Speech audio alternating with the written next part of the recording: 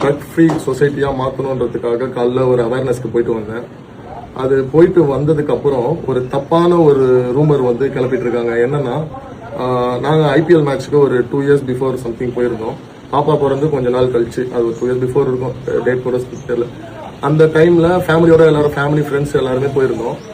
அந்த டைம்ல வந்து என்னன்னா, ஒய்ஃப் வந்து இந்த மாதிரி ஒரு பாப்பா வந்து டேப்லெட் முழுங்க மாட்டா, அது குத்திடுறா அப்படின்றதுக்காக ஒரு டேப்லெட்டை வந்து அதை க்ரஷ் பண்ணி அது இதுக்கு தண்ணியில கலந்து அதை பாப்பாக்கு கொடுக்கணுன்றதுக்காக ஒரு டேப்லெட்டை க்ரஷ் பண்ணி அதை கொடுக்குறோம்.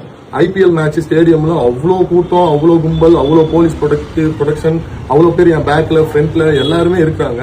அந்த இருக்கிற டைம்ல பாப்பாவுக்கு ஃபீட் பண்றதுக்கு எங்க வீட்டுல இருந்து கிளம்பி போகும்போது அதை நம்ம க்ரஷ் பண்ணிட்டு இருக்கோம். அதை வந்து க்ரஷ் பண்ற டைம்ல அதை எடுத்து இப்போ ட்ரக்னு சொல்லிட்டு தப்பான ஒரு வீடியோ வந்து வைரல் பண்ணிட்டு இருக்காங்க. இது ரொம்ப மனசுக்கு கஷ்டமான ஒரு சூழ்நிலையா இருக்கு. ஸோ இந்த மாதிரிலாம் ப்ளீஸ் பண்ணாதீங்க, தயவு செஞ்சு அதை அவாய்ட் பண்ணிக்கோங்க. அது ஐபிஎல் நடக்கிற இடம், அவ்வளோ போலீஸ் ப்ரொடெக்ஷன், அவ்வளோ ஃபேமிலி பீப்புள்ஸ் ஃப்ரெண்ட்ஸ்ல இதெல்லாம் இருக்காங்க.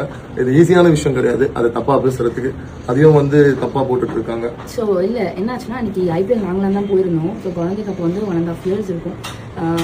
அப்போது நான் அவளுக்கு ஃபீட் பண்ணிட்டு இருந்தேன். ஸோ அன்னைக்கு வந்து என்னாச்சுன்னா, அவளுக்கு கொஞ்சம் முடியல.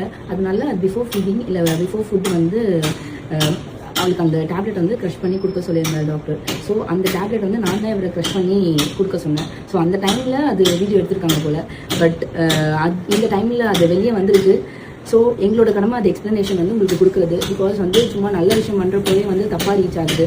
ஸோ இந்த மாதிரி விஷயம் வந்து வெளியே பப்ளிக் கண்ணில் படுறப்போ அது கண்டிப்பாக தப்பாக தான் போகும். ஸோ அந்த வந்து எங்கள் சைட்லேருந்து நாங்கள் எக்ஸ்ப்ளனேஷன் கொடுக்கணும், ஏன் அது நடந்துச்சுன்னு சொல்லிட்டு. அந்த டைமில் சொன்ன மாதிரி அவ்வளோ ஃபுல் ப்ரொடெக்ஷன், அவ்வளோ போலீஸ் வந்து அந்த இடத்துல இருக்கிறப்போ எந்த ஒரு விஷயமும் உள்ளே போக முடியாது. அண்ட் குழந்தைய வச்சுட்டு அது பண்ணவும்